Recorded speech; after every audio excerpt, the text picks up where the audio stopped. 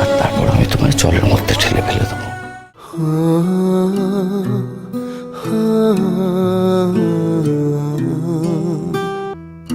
তুমি ছাড়া আজ একাই মোর স্বপ্নের লাশ ঘর।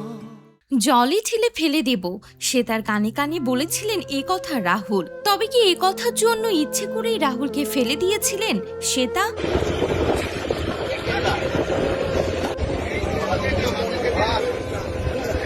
হানিমুনের দৃশ্য শুট করতে গিয়ে জলের অতলে তলিয়ে গেলেন রাহুল। কুইন উজানের গল্প রয়ে গেল অসম্পূর্ণ।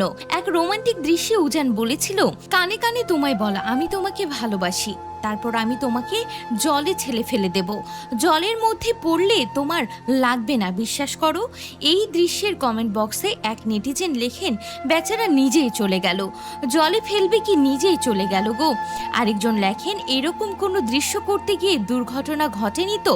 বেরিয়ে এসেছে এমন কিছু সংলাপ যা আপনাকে স্তম্ভিত করবে। উজানির সেই সব সংলাপ শুনলে গা ছমছম করবে আপনার। রাহুল বলে চলেন, জলকে জড়ানো, জলের নিচে চলে যান, পৃথিবী ছেড়ে বিদায়, এটা শেষবার, পিছলে গেছি, নতুন জীবনের প্রবেশ করে দরজা বন্ধ করে দেবেন, আর সবশেষে আমার যাবার সময় হলো, দাও বিদায়।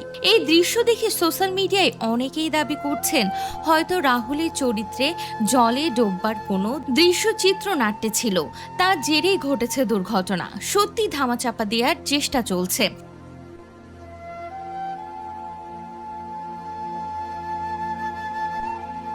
দাবি নেটিজেনদের।